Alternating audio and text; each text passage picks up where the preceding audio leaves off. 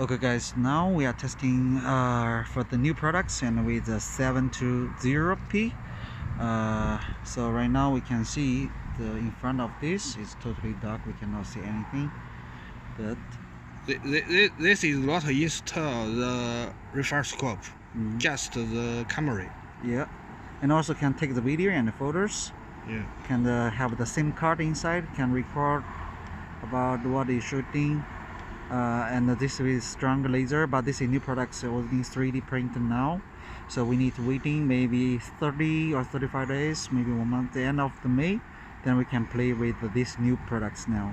And now in these products in the market, then don't have and don't exist anything about this.